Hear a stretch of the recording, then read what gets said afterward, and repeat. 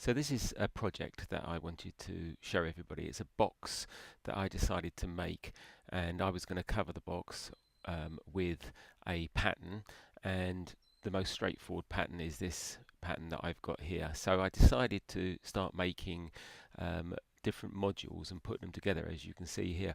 But really there's a few problems I had because there was not enough forethought. The box that I decided to make was going to be for one thing, but then got too intricate, so I decided not to do it. And then all of a sudden I realized that I'd made myself an awful lot more work than I realized I was going to in the first place. So then I ran out of materials because I didn't realize that I was going to go around and do all the edges like you can see me here as well. So I had to match and mix things, and it took me quite some time. Probably, I don't know, if I was looking at 8-hour days, probably maybe a solid couple of weeks. So, but I learned an awful lot about it.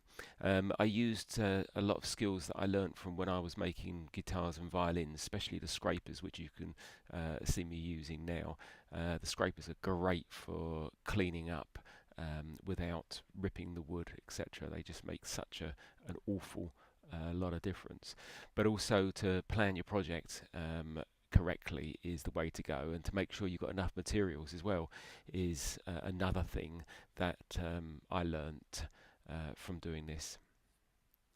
The technique I used for actually gluing all the pieces down was to glue just with standard white PVA glue the piece down, but to use um, an iron to help get it to stay down quickly so I can move on to the next piece. And as you saw at the beginning, I was making small sections which I was gluing up. That was fine for the main area, but when I got around to doing all the edges, then that was no good. So I had actually made more sections which I had to take apart to be able to do all these different edges around the sides.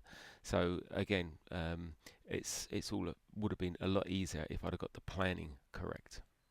So after a lot of preparation, I'm using a quick drying cellulose paint, cellulose varnish here, which I can normally get 2 or 3 coats on every day. But I made a few more problems in even doing this because after several coats, I went away and left the box probably in a slight damp environment. And my workshop isn't damp at all, but it was in a cardboard box in my workshop for a couple of months before I actually got it out to do some more work to it. Then I realized that some of the varnish had cracked and some of the wood had cracked. Now the humidity in my workshop is really good, so how that happened I really don't know, but nothing that I can't fix. So I'll continue to finish the box off. I've got to finish off the inside by putting some flock inside, and I will then revarnish all the outside, etc., get the hinge and everything to fit correctly. I think you can just see the 3D effect of the way the blocks go, and they do continue all down the sides, which was something that I really wanted to see if I can achieve. So I'm really pleased how that happened.